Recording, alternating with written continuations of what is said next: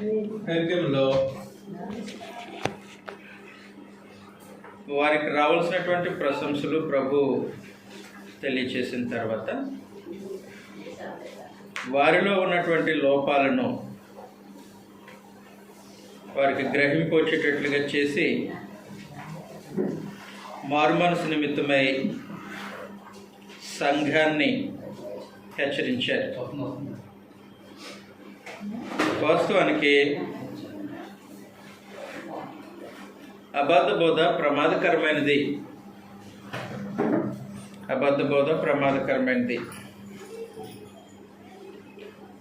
ప్రమాదకరమైనటువంటి అబద్ధ బోధను నమ్మించటానికి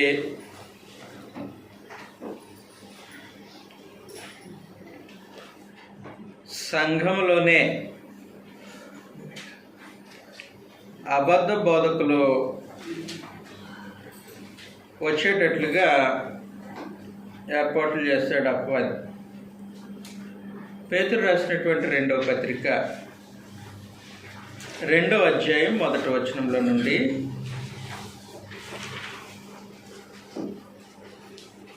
మరియు అబద్ధ ప్రవక్తలు ప్రజలలో ఉండిరి. చూసాం కదండి, బిలామ అబద్ధ ప్రవక్త. ఆనాడు ప్రజల్లో ఉన్నట్టు అటువలనే మీలోనూ అబద్ధ బోధకులుందరు. ఉంటారా ఉండరా? అబద్ధ బోధకులు ఉంటారు. భిన్నాభిప్రాయములను రహస్యముగా బోధించుదురు. తమకు తామే శీఘ్రముగా నాశనమును కలుగజేయవచ్చు. నాశనకర్మకు భిన్నాభిప్రాయమును రహస్యముగా బోధించుదురు అని. కాబట్టి ఆనాడు అబద్ధ ప్రవక్తలు ఉన్నట్టు నేడు అబద్ధ బోధకులు కూడా ఉంటారు, గ్యారంటీగా ఉంటారు. అలాంటి పరిస్థితుల్లో మనం క్రీస్తు బోధనందు నిలిచి ఉండడం చాలా ప్రాముఖ్యం. పెర్గములో క్రీస్తు బోధ ఉంది, బిలామ బోధ ఉంది, నికోలాయితుల బోధ ఉంది. అనుసరించాల్సింది క్రీస్తు బోధ. సత్యమును పరిశీలించాలి, పరీక్షించాలి, అనుసరించాలి. అలాంటి బాధ్యత సంఘం మీద ఉంది. అర్థమవుతుంది కదా? వాస్తవానికి పరమదేవుడు అబద్ధాన్ని ఇష్టపడరు. ఆయన స్వభావంలో అబద్ధం లేదు. ప్రభువైన యేసు అబద్ధాన్ని ఇష్టపడరు. అబద్ధం ఆడడం అనేది అపవాది యొక్క స్వభావం.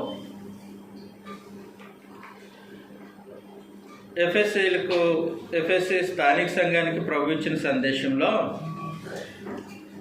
వారిలో ఉన్నటువంటి లోపాల్లో చివరి లోపము ఏంటండి? అది మొదటిది. లోపము ప్రశంసల్లో చివరిది. లోపం ఒకటే ఉంది, క్షమించండి. ప్రశంసల్లో చివరిది. నికోలైతుల బోధలను, నికోలైతుల క్రియలను నువ్వు ద్వేషిస్తున్నావు, అక్కడ తాగకుండా నేనును ద్వేషిస్తున్నాను అన్నాడు ప్రభు. కాబట్టి అబద్ధ బోధను అనుసరించే క్రియలు అవి నికోలైతుల క్రియలు. నికోలైతుల బోధను అనుసరించే క్రియలు నికోలైతుల క్రియలు.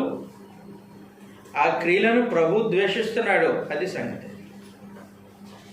అంటే అబద్ధ బోధను అనుసరించే కార్యక్రమాన్ని ప్రభు ద్వేషిస్తాడు. ఆయన ద్వేషించే పని మనం చేసి ఎలాగ ఆయన మన్నను పొందుతాం? ఆయనను ద్వేషించే పని సంఘం చేసి ఏ విధంగా ఆయన చేత ప్రశంసింపబడుతుంది? ప్రశంసింపబడదు. కాబట్టి అబద్ధ బోధను ప్రభు ద్వేషిస్తాడు అనే సంగతిని గ్రహించాలి. అబద్ధ బోధను తండ్రి ద్వేషిస్తారు. అబద్ధ బోధను అనుసరించి చేస్తున్నటువంటి క్రియలు దేవుడు ద్వేషిస్తారు, ప్రభు అయిన యేసు కూడా ద్వేషిస్తారు. అది మన మనసులో నాటుకుపోవాలి, మన మనసులో నాటుకుపోవాలి. అప్పుడే అబద్ధ బోధ విషయంలో జాగ్రత్తగా ఉంటాం. ఆ ఛాయలు మనలో కనపడ్డాయంటే వెంటనే ద్వేషిస్తాడు, ఆ క్రియలను ద్వేషిస్తారు. క్రియలను ద్వేషించినప్పుడు ఆ క్రియలను జరిగించేవారు పనిష్మెంట్ పొందుతారు.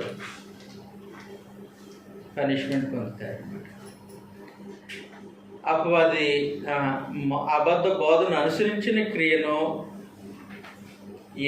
ఏదైనా తోటలో ఆదాం అమలు చేసినప్పుడు ఆ క్రియలను ద్వేషించిన దేవుడు వారిని ద్వేషించాడు, వాళ్ళ క్రియలను ద్వేషించారా? ఆయన క్రియలను ద్వేషిస్తే దానికి సంబంధించినటువంటి పర్యవసానం ఎవరు అనుభవించారు? బిలాము బోధన అనుసరించి మోసపోయినటువంటి ఇశ్రాయేలీల్లో పడుచువారు చేసినటువంటి క్రియలను పరమదేవుడు ద్వేషిస్తే దాని పర్యవసానం ఎవరు అనుభవించారు? నికోలైతులు బోధన అనుసరించిన క్రియలు సంఘం చేస్తే దాని పర్యవసానం ఎవరు అనుభవించాల్సి వస్తుంది? చేసిన వాళ్ళు అనుభవించాల్సి వస్తుంది. కాబట్టి అలాంటి భయంకరం వ్యక్తిగతంగా క్రియలు చేసిన, గుంపుగా క్రియ చేసిన దాని పర్యవసానం భయంకరంగా ఉంటుంది. కాబట్టి అలాంటి పరిస్థితుల్లో పెర్గము సంఘం వాళ్ళు ట్రాప్ చేయబడ్డారు, అపవాది చేత మోసగింపబడ్డారు.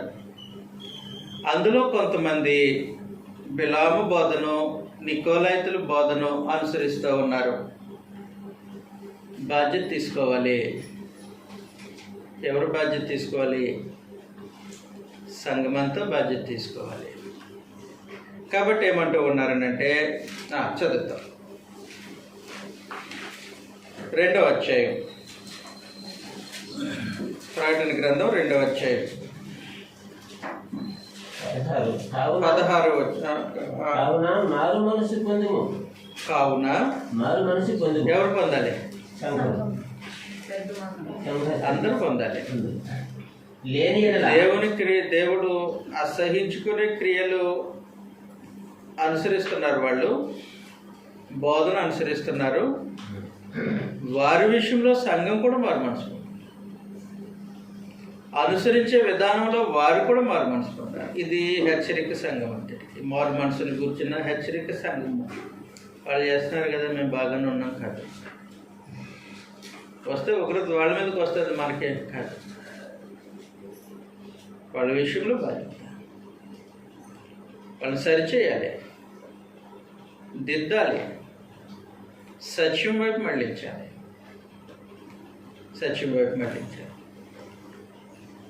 ప్రాముఖ్యమైనటువంటి సంగతి. గలతీయులకు రాసినటువంటి పత్రిక 6వ అధ్యాయం 1వ వచనంలో, గలతీయులకు రాసినటువంటి పత్రిక 6వ అధ్యాయం 1వ వచనం. సహోదరులారా, ఎవరు ఒకడు ఉన్నటువంటి సమూహంలో, గుంపులో ఒకడు ఏ తప్పిదంలోనైనా చిక్కుకొని ఆత్మ సంబంధమైన మీలో ప్రతివాడును తానును శోధింపబడుదునేమో అని మొదట తను జాగ్రత్త పడాలి. మారు మనసు, తన జాగ్రత్త విషయమైన మారు మనసు, అనాలోచనగా ఉండకూడదు. ముందు తను జాగ్రత్త చేసుకోవాలి. తర్వాత సాత్వికమైన మనసుతో అటు వాణిని మంచి దారికి తీసుకొని రావాలి. ఎవరితో బాధ్యత? మిగిలిన వారిది. కాబట్టి మీరు మారు మనసు పొందండి, మంచి దారిని తీసుకోవడం ఆలోచన చేయట్లేదేమో ఒకవేళ పెర్గము సంఘం, దాని విషయంలో మీరు మారు. వాస్తవానికి ఎహెచ్కేల్ గ్రంథం 3వ అధ్యాయం 18వ వచనంలో 18 నుంచి 20 వరకు చదువుతాం మనం.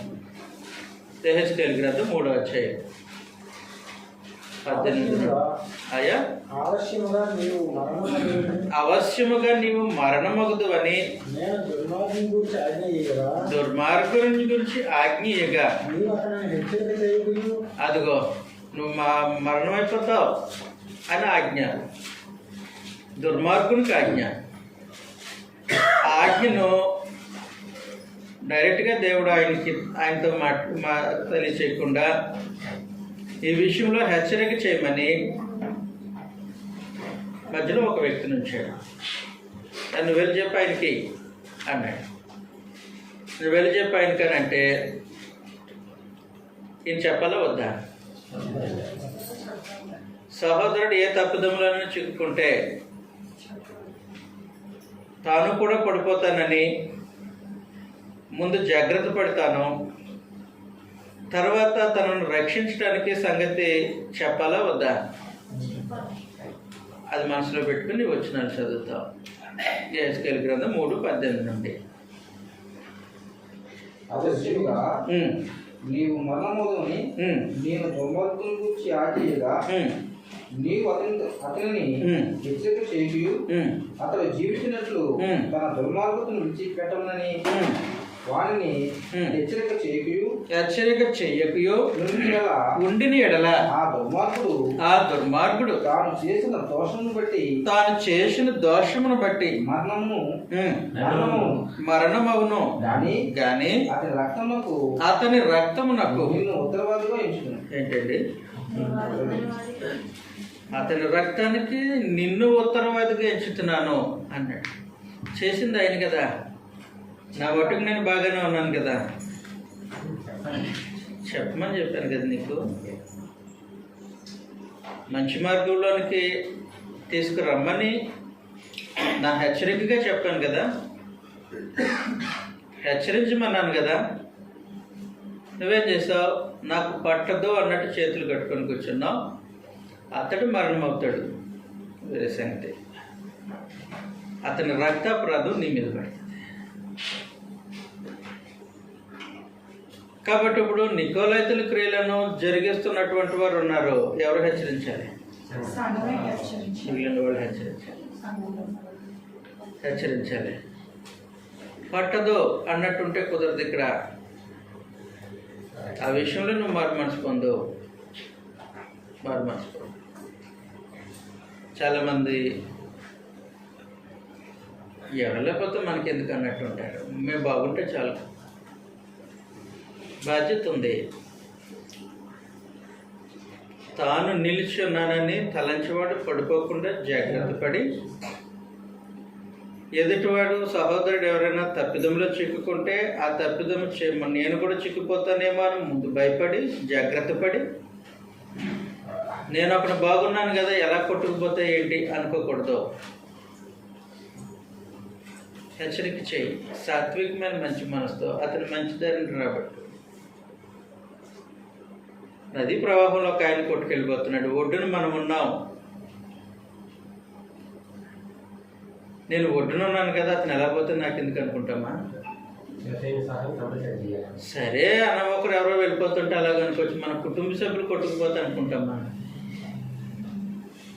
మన అన్నదమ్ములు, మన జీవిత భాగస్వామి, మన పిల్లలు అనుకుంటారు ఎవరైనా? మరి వాళ్ళు అబద్ధ బోధ వైపు మడుతుంటే ఏమో పట్టలేనట్టు ఉంటారు. ఎందుకు? ప్రత్యేకించి ఇది భౌతిక సంబంధమైన కుటుంబానికి సంబంధించిన కార్యక్రమం కాదు. ఆత్మ సంబంధమైన దేవుని ఇంటికి సంబంధించిన కార్యక్రమం. అబద్ధ బోధ చేత మోసపోతున్న మన సహోదరులే కదా.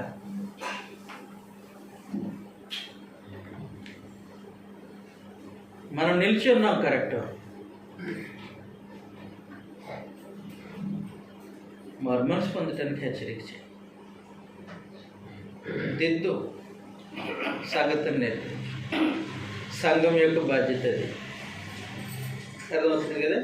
చదివేద్దాం. 19వ వచనం, యెహెజ్కేలు గ్రంథం 3:19.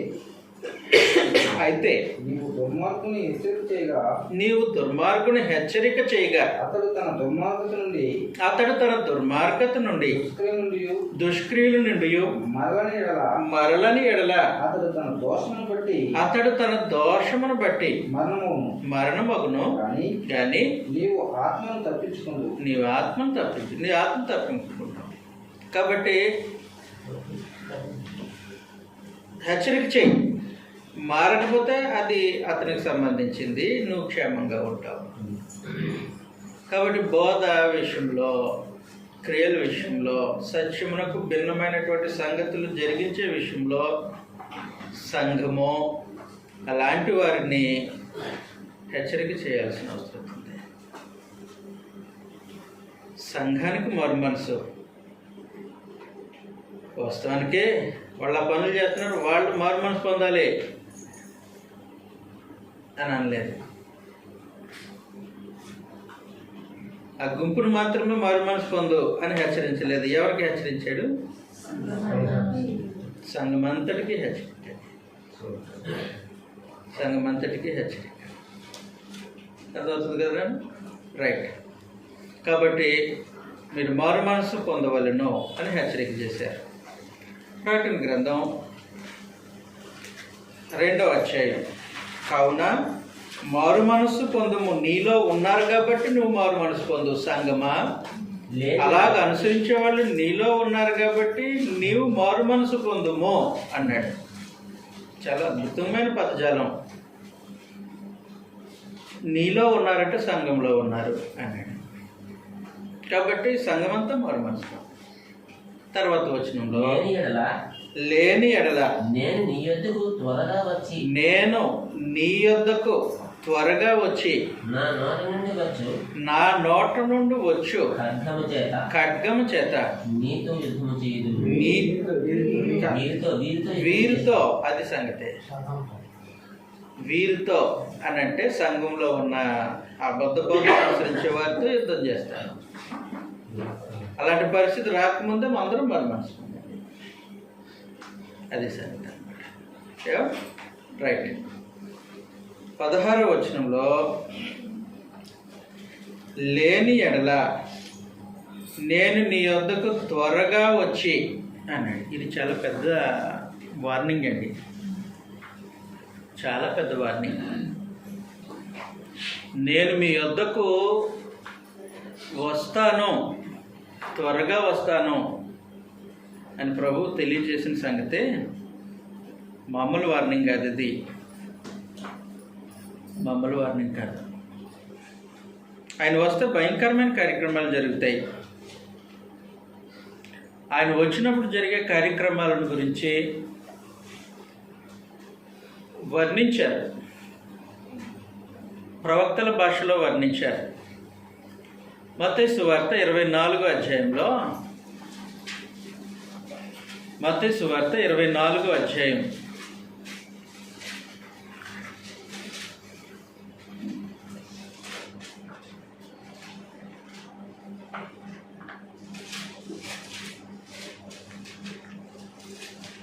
3వ వచనంలో నుండి ఆయన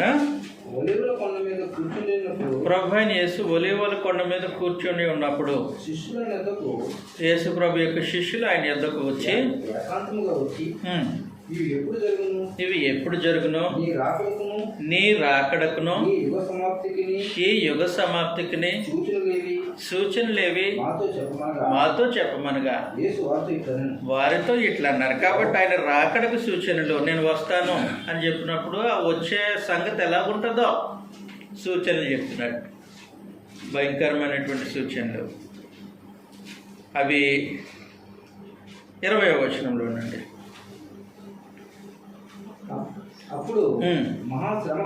కాబట్టి ఆయన రాకడకు సూచనలు మామూలు సూచనలు కాదు. ఆయన రాకడకు సూచనలు తీర్పుకు సూచనలు, తీర్పుకు సూచనలు. ఆ రోజు ఏం జరిగిందనంటే క్రీస్తు శకం 70లో తను తిరస్కరించినటువంటి యూద జనాంగానికి దేవుడు తీర్పు తీర్చారు. టైటస్ చక్రవర్తి వచ్చి దేవాలయాన్ని కూల్చేసి యూదులను ఓచుకోత కోసేశారు. యెరూషలేము పురవీధుల్లో రక్తం ఏర్లై ప్రవహించింది. అలాంటి భయంకరమైనటువంటి తీర్పును, భక్తిహీనుల పైన ప్రభు యొక్క తీర్పును ఏమని వర్ణించారనంటే రాకడ. నీ రాకడకును ఈ యుగ సమాప్తికి సూచనలు ఏంటి అన్నారు. ఇప్పుడు అలాంటి భావంతో ప్రభు అయిన యేసు పెర్గం సంఘంతో మాట్లాడుతున్నారు. ఏమంటున్నారంటే, నేను త్వరగా వస్తాను. వస్తే ఏం జరుగుతుంది? తీర్పు జరుగుతుంది, శిక్ష విధింపబడుతుంది.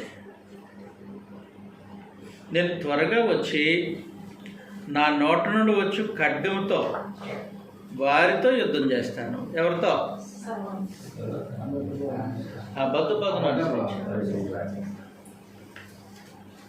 బిలాము బోధన అనుసరించే వారితో, నికోలాయితుల బోధన అనుసరించే వారితో ఆయన యుద్ధం చేస్తాడు. యుద్ధం చేస్తావా? ఏముంది నీ దగ్గర యుద్ధం చేయటానికి? వాడి అయినా 2 అంచులు గల ఖడ్గం ఉంది, పరిచయం. వాడి అయినా 2 అంచులు గల ఖడ్గం గలవాడు చెప్పు సంగతులేమనగా, ఆ ఖడ్గంతో ఆయన యుద్ధం చేశారు. ఎవరితో? అబద్ధ బోధన అనుసరించే వారితో. వాస్తవానికి ప్రభువైన యేసు యొక్క ఖడ్గము భక్తిహీనులతో యుద్ధం చేయటానికి. ప్రకటన గ్రంథం 19వ అధ్యాయం. ప్రకటన గ్రంథం 19వ అధ్యాయం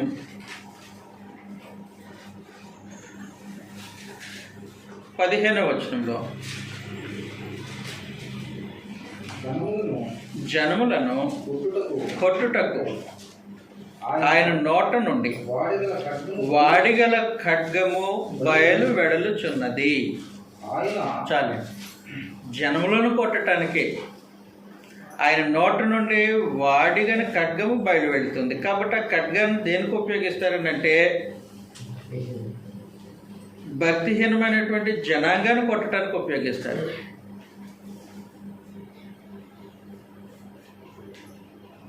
ఇరవై 21వ వచనం, అగ్నిగుండంలో ప్రాణముతోనే వేయబడి కడమవారు గుర్రముల మీద కూర్చున్న వాడి నోట నుండి వచ్చిన ఖడ్గం చేత వధింపబడి. కాబట్టి ఖడ్గం చేత వధింపబడేది, శిక్షింపబడేది ఎవరు? భక్తిహీనమైనటువంటి జనం. అసలు ఆ రోజు క్రీస్తు 70లో రోమా ప్రభుత్వానికి వ్యతిరేకంగా నిలిచి కాక యూద జనాంగానికి వ్యతిరేకంగా ప్రభు తన ఖడ్గం తిప్పారు. ఇక మీదట రోమా ప్రభుత్వానితో యుద్ధం చేయడానికి తన వాడి అయిన 2 అంచులు గల ఖడ్గాన్ని దూస్తాడు. దానికి రంగం సిద్ధమవుతుంది. సంఘాన్ని హింసించే రోమా ప్రభుత్వానికి తీర్పు తీర్చబడుతుంది. అందుకు ప్రభువైన యేసు తన ఖడ్గం ధరించి వస్తూ ఉన్నప్పుడు వాళ్ళకంటే ముందుగా మొదట ఇటు తిప్పుతాడు ఖడ్గం. ఎవరి వైపు? అబద్ధ బోధన అనుసరించేవారు. కాబట్టి మామూలు వార్నింగ్ కాదు అది. మేము క్రీస్తు సంఘం కాబట్టి ఏం వాగినా కుదురుతుంది? కుదరదు. మేము క్రీస్తు సంఘం కాబట్టి ఏం చేసినా కుదురుతుంది? కుదరదు. అలా కుదరదు. అబద్ధమును అనుసరించి ఏ కార్యక్రమం జరిగించినా ఖడ్గము ఇటువైపు తిప్పబడుతుంది. ఏ ఖడ్గము? వాడి అయిన 2 అంచులు గల ఖడ్గం. అది వాస్తవానికి జనములను కొట్టడానికి ఉపయోగించిన ఖడ్గం, భక్తిహీనమైనటువంటి జనాంగాన్ని వధించడానికి ఉపయోగించే ఖడ్గం. అలాంటి ఖడ్గం యొక్క హక్కు ఎవరికి ఉంది? యేసు ప్రభువుకు మాత్రం. ఖడ్గం యొక్క హక్కు కలిగిన వాడు ఆయన. ఖడ్గం యొక్క హక్కు కలిగిన వాడు. ఆ హక్కు కలిగిన వాడు చెప్తున్నాడు సంగతులు పెర్గము వాసులతో. మీరు మారు మనసు పొందకపోతే అబద్ధ బోధన అనుసరించే విషయంలో, అబద్ధ బోధన అనుసరించి ప్రవర్తించే విషయంలో, వాటి క్రియల విషయంలో మీరు మారు మనసు పొందకపోతే ముందు ఖడ్గము భక్తిహీనమైన జనాంగం మీద కాదు, ఆ ఖడ్గము తీర్పు ఖడ్గము ముందు మీ వైపు మళ్ళించాల్సి వస్తుంది, వారి వైపు మళ్ళించాల్సి వస్తుంది అనకండి. ఇంత కఠినంగా ఎందుకు మాట్లాడుతున్నారు ప్రభు?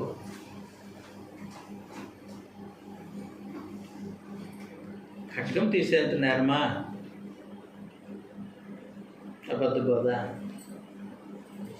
అబద్ధ బోధను అనుసరించడం,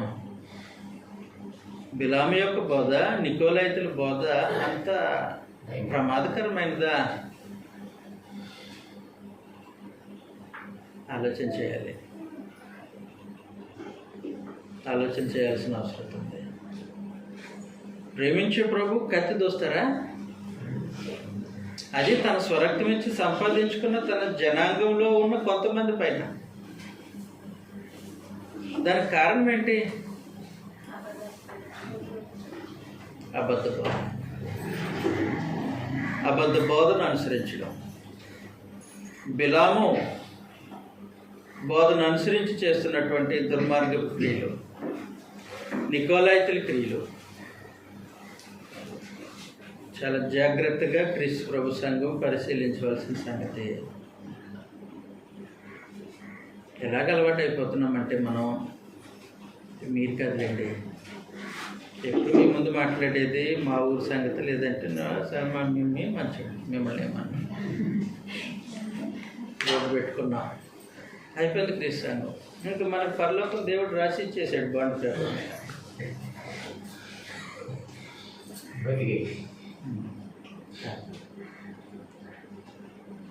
బోధను, క్రీస్తు బోధను, అపోస్తల బోధను అనుసరించిన క్రియలు ప్రాముఖ్యం.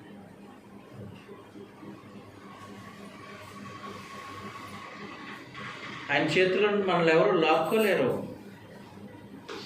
ఆయన శిరస్సు మన శరీరం, ఆయన మన ప్రభు, మన హెడ్. పెట్టేసాం, మనం డిక్లేర్ చేసేసాం ఆయన మన శిరస్సు అని. మాకే మాకు కాకపోతే ఇంకెవరికి ఇస్తారు పరలోకం, పరమదేవుడు అని భ్రమలో మనుషులు మోసపోని అవసరం లేదు. అబద్ధం ప్రవేశించిందా? అబద్ధం అనుసరించామా? సర్పము తన కుయుక్తి చేత మోసం చేసినప్పుడు మోసపోయామా? చాలా ప్రమాదం. నాకు ఈ సంగతి చెప్పండి. అబద్ధ బోధ చేత అపవాది ఎవరిపైన దాడి చేస్తాడు?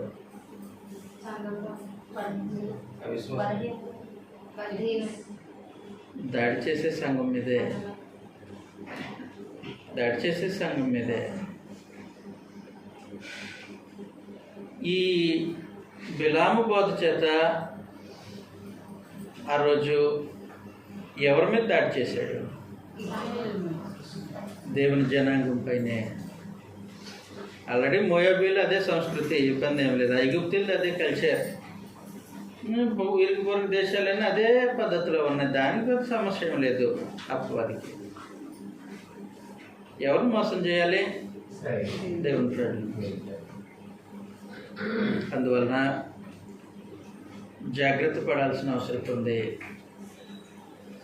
బోధ విషయంలో మనుషులు జాగ్రత్త పడాల్సిన అవసరం ఉంది. ఏమండి? ప్రాముఖ్యమైన సంగతి. కాబట్టి పెర్గం సంఘం కొంతమంది అబద్ధ బోధ చేత మోసపోతే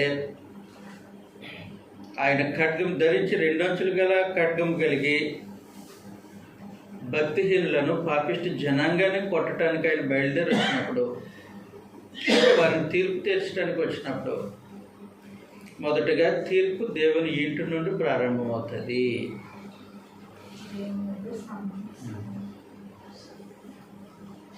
తీర్పు దేవుని ఇంటి నుండి ప్రారంభమవుతుంది. మొదటి పేతురు పత్రిక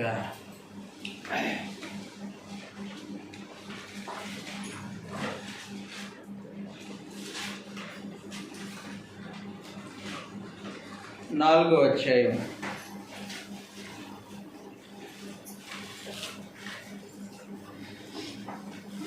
17వ వచనంలో నుండి తీర్పు దేవుని ఇంటి యొక్క ఆరంభము కాలం వచ్చినది. అది తీర్పు ఎక్కడ ప్రారంభమవుతుంది? దేవుని ఇంటి యొద్ద ఆరంభము కాలం వచ్చినది. అది మన యొద్దనే ఆరంభమైతే అది మన యొద్దనే ఆరంభమైతే దేవుని సువార్తకు అవిధేయులైన వారి గతి ఏమో. కాబట్టి దేవుని సువార్తకు అయితే అవిధేయులైన వారిని మేము టార్గెట్ చేసిన అక్కడ మాట్లాడుతున్నాడు. కాబట్టి వాళ్ళ గతి ఏమవుతుందో ఆలోచన చేయండి అని చెప్తూ తీర్పు అసలు ఎక్కడ ప్రారంభమవుతుందో అంటున్నాడు. ఎక్కడ? దేవుని ఇంటిలో ప్రారంభం. దేవుని ఇంట్లో ప్రారంభమవుతుంది. కాబట్టి ఎంత జాగ్రత్తగా ఉండాలో మనం,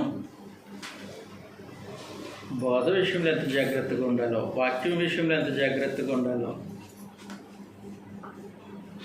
సత్యంను అనుసరించి ప్రవర్తించడంలో ఎంత జాగ్రత్త కలిగి ఉండాలో. ఏమండి, చాలా రకాల కల్తీ బోధలు వచ్చేసాయి. యేసుప్రభు దైవత్వం గురించి కల్తీ బోధ, రకరకాల దేవుని రాజ్యం గురించి కల్తీ బోధలు, క్రీస్తు బోధ కాకుండా అనేకమైనటువంటి అబద్ధ బోధలు వచ్చేసాయి. గ్యారంటీగా అబద్ధ బోధకులు ఉంటారని ప్రభు ముందుగానే తెలియజేశాడు. అయితే ఆ బోధ మన దరికి చేరకుండా మనం జాగ్రత్త పడాల్సిన అవసరం ఉంది. లేకపోతే తీర్పు మన దగ్గర నుంచి ప్రారంభమయ్యే ప్రమాదం కూడా ఇది. వారితో యుద్ధం చేస్తారు అని అన్నాడు. హోషే గ్రంథం 6వ అధ్యాయం 5వ వచనంలో ఖడ్గము, నోట నుండి వచ్చి ఖడ్గముతో యుద్ధం చేయడం అంటే ఏంటో అక్కడ ఉంది. హోషే గ్రంథం 6వ అధ్యాయం 5వ వచనం. కాబట్టి నేను చేసిన తీర్పులు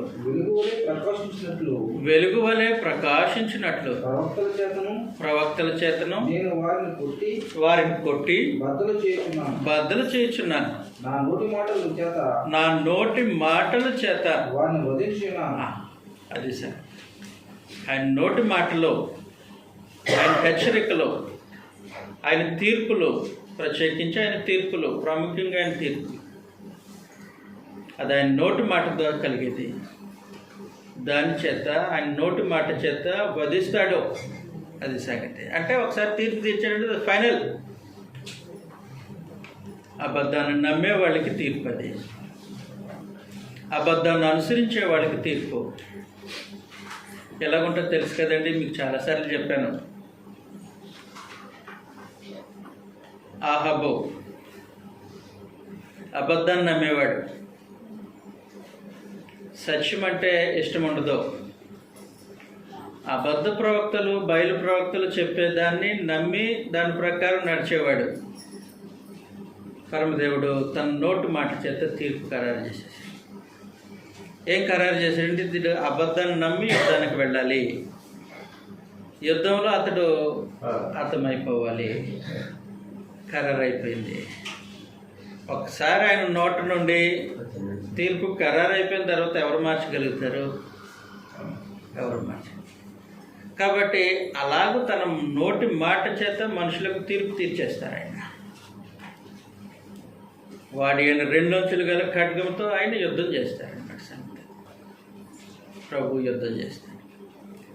2వ తెస్సలోనికీ పత్రిక 2వ అధ్యాయం, తెస్సలోనికీలకు రాసిన 2వ పత్రిక 2వ అధ్యాయం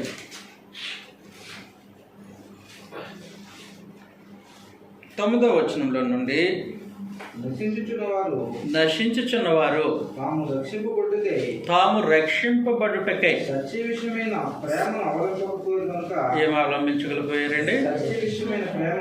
సత్య విషయమైన ప్రేమను అవలంబించలేకపోయారు కనుక, అంటే సత్యంను అనుసరించి ప్రవర్తించలేదు, సత్యంను అనుసరించిన ప్రేమ వాళ్ళలో లేదు.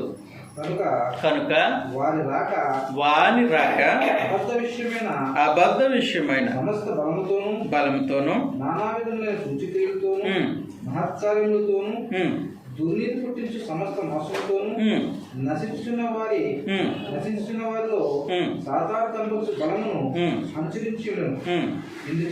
ఇందుచేత సత్యమును నమ్మక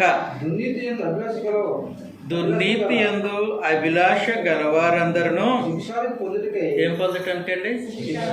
అంటే సత్యము నమ్మకపోతే శిక్షణ గ్యారంటీగా. అంటే సత్యం నమ్మక దుర్నీతి యందు అభిలాష గలవారందరూ శిక్షావిధి పొందుటకై అబద్ధమును నమ్మునట్లు మోసము చేయ శక్తిని ఎవరు పంపిస్తున్నారు? దేవుడే పంపిస్తారా? దేవుడే పంపిస్తాడు. అంటే అర్థం ఏంటి? శిక్ష ఖరారైపోయింది, ఆయన నోటి నుండి తీర్పు వచ్చేసింది. ఇంకా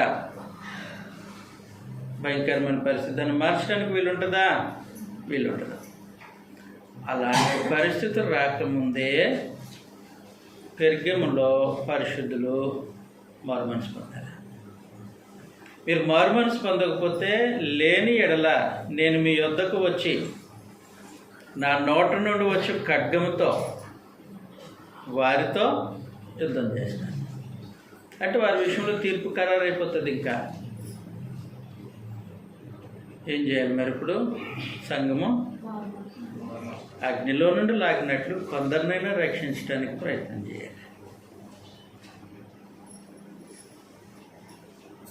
బొడ్డు నిల్చున్న వారు ఏం చేయాలి? రక్షించటానికి హెచ్చరించాలి వాడిని. తాను నిల్చున్నానని తలుచుకున్నవాడు పడిపోకుండా జాగ్రత్త పడి హెచ్చరించాలి. అలాంటి ఒక కార్యక్రమం ఉంది.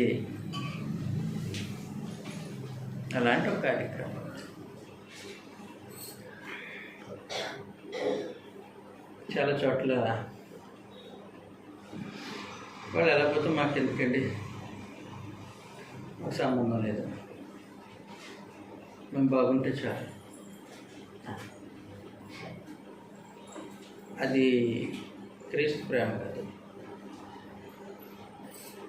దైవికమైనటువంటి ప్రేమ కాదు. వాళ్ళు ఎలా పోతే మాకెందుకండి, ఒక వారం 2 వారాలు ఇక్కడ ఉండి మేము వేరే ఊరు ట్రాన్స్ఫర్ అయిపోతాం కదా. అంటే ఇంకేమైతే స్థానిక సంఘంతో పని ఉండదు, వేరే స్థానిక సంఘం. మీరు ఇక్కడ ఉద్యోగస్తుండండి, ట్రాన్స్ఫర్ అయింది, ఎక్కడితో బంధాలు లేకపోతే వేరే చోట వెళ్తాం, అక్కడ మరి వీళ్ళ సంగతి ఉన్న కాలంలో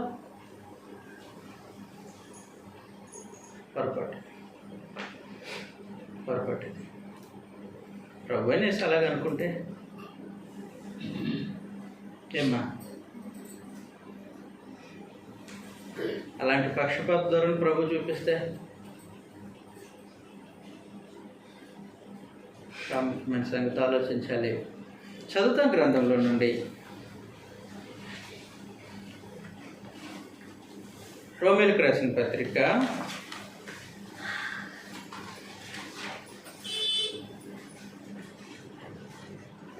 15వ అధ్యాయం 1 నుండి.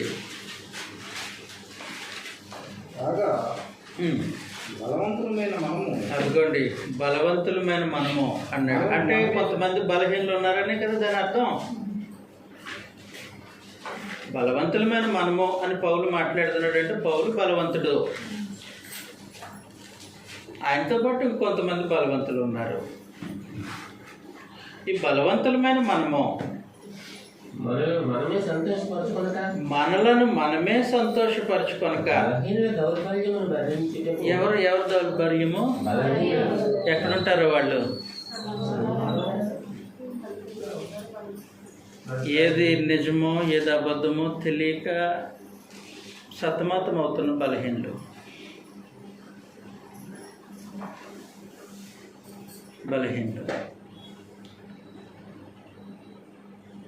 ఆత్మ సంబంధంగా పరిపక్వత లేక ఎదగలేక అప్పుడే తప్పటడుగులు వేస్తున్నటువంటి పసిపిల్లలు బలహీనులు. ఆ ఆ బలహీనుల దౌర్బల్యంను ఎవరు భరించాలి? బలవంతులు. నేను ఒక సంఘటన చూశానండి. ఆ దగ్గర బైబిల్ క్లాస్ జరిగింది. ఈ అమ్మాయి కన్నా చిన్న అమ్మాయి, నువ్వేం చదువుతున్నాను? ఆ అమ్మాయి 2వ తరగతి చదువుతుంది. వాళ్ళ తమ్ముడు బైబిల్ క్లాస్కి తీసుకొచ్చింది. వాడు LKG. బస్సు వాళ్ళు వస్తారని తెలియక మా వాళ్ళు చేపల కూర వండారు సంఘ బైబిల్ క్లాస్లో. ఆమెకు తిండో రాదు, ఈయన మామూలుగా ప్లేట్లో సర్వ్ చేసి ఇచ్చేశారు. ఆ ప్లేటు పిల్లలకు వచ్చేసింది. ఈమె ఏం చేస్తున్నారంటే తన ప్లేట్ పక్కన పెట్టింది. నేను తింటలేదు తర్వాత. ఆయన కనీసం నడవటం కూడా దాన్ని ఎత్తుకొని తీసుకొచ్చి తన పక్కన కూర్చోబెట్టుకుంది. ఆశ్చర్యం అనిపించింది. అన్నమంతా పక్కకి తీసింది. ఒక్కొక్క ముళ్ళు ఏరుతుంది. ఎంత ఓపికగా ఏరిందో తీసి తన తమ్ముడు పెడుతుంది. మరి మనమెవరు? కుటుంబం కదా, సహోదరులం కదా. తినటం చేత కానీ బలహీనుడైన సహోదరుడి పట్ల మనం ఎలాంటి వైఖరి? నా పక్కన కూర్చున్నారు, నేను ఒలిచి పెట్టాను, బాగానే తిన్నాడు. టైం అయిపోయింది. ఆ అమ్మాయి తినలే, చేతులు కడిగేసుకుంది. ఆ తమ్ముడిని మళ్ళీ భుజాన్ని వేసుకుంది. భుజాన్ని వేసుకొని టైం అయిపోతుందని గబగబా తీసుకొచ్చేస్తుంది.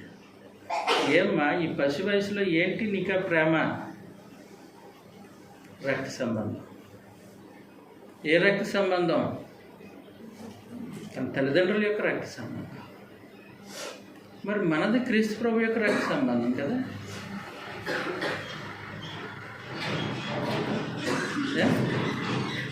క్రీస్తు ప్రభు రక్త సంబంధం కదా. అండ్ రక్తంలో ద్వేషం ఉంటుందా? పగ ఉంటుందా? స్వార్థం ఉంటుందా? త్యాగం ఉంటుంది. కాబట్టి ఇప్పుడు మాట్లాడుతున్నాడు. చదువుతాం. రోమపత్రిక 15వ అధ్యాయం 1వ వచనం. బలవంతులమైన మనము మనలను మనమే సంతోషపరచుకొనక బలహీనుల దౌర్బల్యమును భరించుటకు బద్ధులమైనాం. అది బాధ్యత. నాతో పాటు నా సహోదరుడు నడవాలి. నాతో పాటు నా సహోదరుడు క్షేమం కలగాలి. నాతో పాటు నా సహోదరుడు కూడా బలవంతుడు అవ్వాలి. కాబట్టి ఏం చేస్తాడు? దౌర్బల్యం. ఇలాంటి నియమం ఒకటి ఉంది క్రీస్తు ప్రభు సంఘంలో. చదువుతాం. తన పొరుగువానికి క్షేమాభివృద్ధి కలుగునట్లు మనలో ప్రతివాడు మేలైన దాని యందు అతనిని సంతోషపరచవలను. క్రీస్తు కూడా ఎవరు? క్రీస్తు కూడా తను తాను సంతోషపరచుకోలేదు కానీ నిన్ను నిందించిన వారి నిందలు నా మీద పడెను అని రాయబడినట్లు ఆయనకు సంభవించను. కాబట్టి ఇప్పుడు పెరుగము సంఘం బాధ విషయంలో తప్పటడుగులు వేసేస్తున్నారు. మోసం చేసేసాడు అపవాది. పసోళ్ళు మోసపోయారు, బలహీనులు మోసపోయారు. సంఘమంతటికి హెచ్చరిక. నీవు మారు మనసు పొందు. నాకు చెప్తానంటే అలాగ చెప్పుకో. నీవు మారు మనసు పొందు. ఏంటి నియమం? నియమం ఏంటంటే అతన్ని హెచ్చరించే బాధ్యత నీది, అతను బలపరిచే బాధ్యత నీది, అతను తప్పు దిద్దే బాధ్యత నీది. కాబట్టి నీవు మారు మనసు పొందు. గలతీలకు రాసిన పత్రిక 6:1 చదివాం కదండి. మనం నిలిచి ఉండాలి సత్యమందు. మనం సత్యమందు నిలిచుండి బలహీనుడిని ప్రేమతో అర్థం చేసుకోవాలి, కాపాడాలి, రక్షించాలి అన్నది మనం ఇలాంటి ఒక నియమం ఉంది. అందువలన పెర్గం సంఘానికి ప్రభు సంఘానికి హెచ్చరిక చేసింది, మీరు మారనాలి. చెప్పినా సరే వారు మారలేదనుకో, లేని ఎడల నేనే స్వయంగా రంగంలోనే దిగుతాను. నా నోటి నుండి వచ్చే ఖడ్గంతో వారితో మీరు క్షేమంగా ఉంటారు. నేను వారితో యుద్ధం చేస్తాను, వారికి తీర్పు తీరుస్తాను, ఖడ్గం వాళ్ళ వైపు తిప్పుతాను, ఆ హక్కు నాకు ఉంది అన్నాడు. అర్థమైంది కదా. కాబట్టి పెర్గం సంఘానికి ప్రభు ఇచ్చిన సందేశం, ఖడ్గం యొక్క హక్కు కలిగిన వాడు ఇచ్చే సందేశం. వారు మనసు పొందలేదనుకో, మార్చుకోలేదనుకో, అప్పుడు వేరే సంగతి. మీరు నేర్చుకున్న బోధకు భేదములను ఆటంకములను కలుగజేసే వారిని జాగ్రత్తగా కనిపెట్టి చూడాలి. మార్పు లేకుండా కొనసాగుతున్నాడు, అప్పుడు క్రమశిక్షణ చర్య, అది తర్వాత స్టెప్. కాబట్టి పెర్గం సంఘానికి ప్రభుని